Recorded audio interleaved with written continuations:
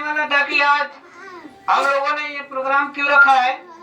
तो अभी मैं अपनी बात को स्टार्ट करने से पहले सर्वप्रथम करुणा के सागर दया के भंडार तथागत गौतम बुद्ध भगवान के चरणों में श्रद्धा का सुमन अर्पित करते हुए सम्राट अशोक जैसे महान राजाओं के राजा चक्रवर्ती सम्राट अशोक जी के चरणों में मैं श्रद्धा का सुमन अर्पित करते हुए ज्योतिबा फूले, माता सावित्री वाली बाई फूले, शिक्षा की जनक, इनके चरणों में श्रद्धा का सुमन अर्पित करते हुए तमाम संतों गुरुओं के चरणों में मैं श्रद्धा का सुमन अर्पित करते हुए और भक्ति आंदोलन के सभी संतों गुरुओं को जैसे संत कबीरदास जी, संत रविदास जी, स्वामी श्री नारायण महाराज जी, तमाम जितने भी संत गुरु हुए जो भक्ति आंदोलन के माध्यम से हमारे देश को आजादी दिलाने का काम किए, समाज सुधार का काम किए, उनके चरणों में मैं कोट कोट नमन और सादर बंदगी करते हुए आज मैं 25 दिसंबर 2025 के इस प्रांगण में उपस्थित सभी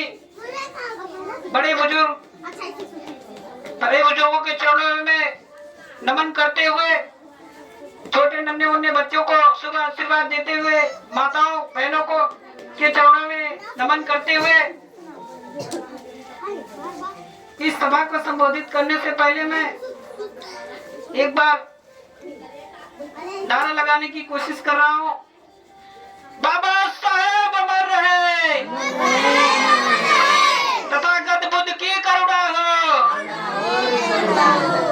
ठीक है, हम आज ही के दिन 25 दिसंबर सन 1927 25 दिसंबर सन 1927, अभी 2027 आया है, नहीं आया है, 2027 नहीं आया है। इसका मतलब 100 साल अभी पूरा नहीं हुआ है। हमारे बुजुर्गों के उम्र लगभग हमारे गांव में ही 85-86 साल के लगभग बुजुर्ग होंगे।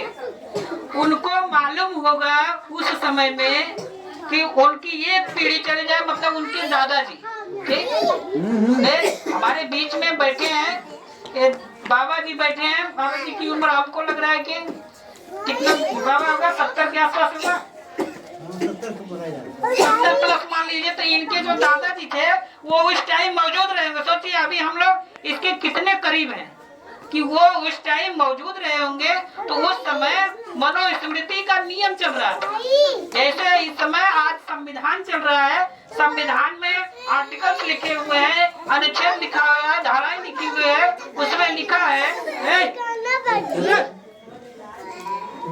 लिखा है कि अगर कोई आपको वोट देने का अधिकार नहीं दे रहा है तो उसको आप थाने में कंप्लेंट करिए।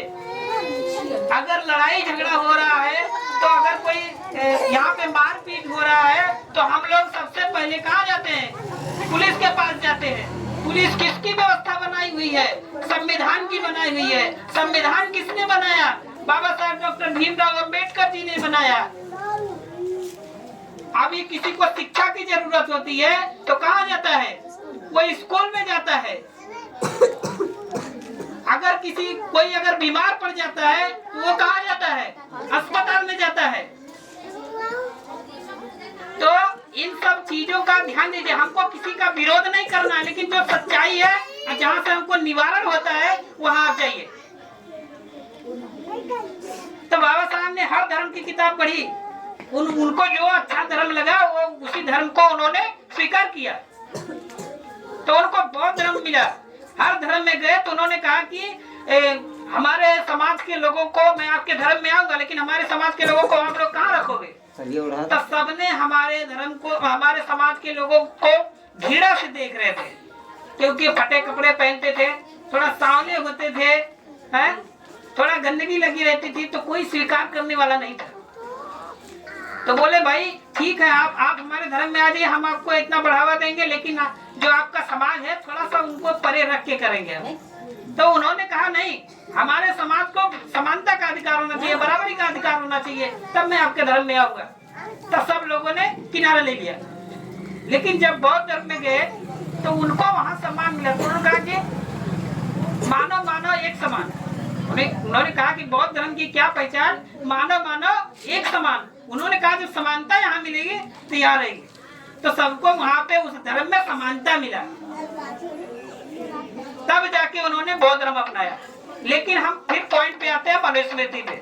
जैसे आप संविधान चल रहा है कि संविधान के जरिए से सबको ये अधिकार मिला, वो अधिकार मिला, वोट देने का अधिकार है, गलत कोई करता है, अगर रेप होता है तो उसको इतनी धारा लगती है, अगर मर्डर होता है तो इतना लगता है। संविधान बनाने वाले कितना सुंदर संविधान बनाए कि शरीर आपका है, आप पाल पोस के अपने शरीर को बड़ा किए हैं, लेकिन अपने शरीर का मालिक खुद नहीं है। आप अपने शरीर की हत्या नहीं कर सकते हो। आत्महत्या करने की कोशिश करोगे तब भी आपको जेल हो जाएगी। अगर आप जो है कि अपने से सोचेंगे या किसी को मारने जाएंगे उसके लिए भी जेल होगी। तो ये संविधान में आर्टिकल्स लिखे हुए हैं। लेकिन जो मनुस्मृति थी जो 1927 में थी, वो ये किताब का संविधान नहीं था, लेकिन वो मनुस्मृति चल रहा था। समझने की कोशिश करिए। उस समय क्या था, कमर में झाड़ू बंधा रहता था, गले में मटकी लगी रहती थी, और जो है कि पैर में घुंघरू होता था। घुंघरू किस लिए होता था कि अगर दूर से ही आ रहे हो तो कोई ब्राह्मण क्षत्रिय के घर का अगर कोई आ रहा है तो उसको पता चल जाएगा कि वो कोई शूद्र आ रहा है, कोई चमार आ रहा है, कोई पासी आ रहा है, कुम्हार लोहार, हम सब एक ही हैं। ऐसा नहीं कि चमार केवल दलित। तो छुआछूत के कारण वो सोचते, जब देख लेते थे घंटी बजे समझ जाते थे कि वो कोई अछूत आ रहा है। अछूत मतलब अनटचेबल, मतलब जिसको कोई छुआ ना जा सके, उसको अछूत बोलते हैं। तो इस तरह से वो घंटी बांधते थे, पता चलता था। दूसरा, झाड़ू किस लिए बांधते थे कि इनके पद चिन्ह मतलब पैर के निशान जो जमीन पे पड़ रहे हैं कि वो चलते जाए और पीछे से मिटते जाए। उनके पद चिन्हों पे उनका अगर पैर पड़ जाएगा तो वो अशुद्ध हो जाएंगे, अशुद्ध हो जाएंगे। गले में मटकी क्यों बांधी जाती थी कि अगर मटकी बांध लेंगे तो इनका जो खाना खा रहे हैं, इनका जूठा जमीन पे न गिर जाए वरना अपवित्र हो जाएगी जमीन। सोचिए, उनका हम लोग मकान बनाने जाते थे तब अशुद्ध नहीं होता था, उनका मंदिर मस्जिद बनाने जाते तो अशुद्ध नहीं होता था, खेतों में हम लोग काम करके देते थे तो अशुद्ध नहीं होता था, लेकिन हमारे साथ बैठने के लिए, बेटी बेटी का रिश्ता करने के लिए हम लोग अशुद्ध हो जाते थे।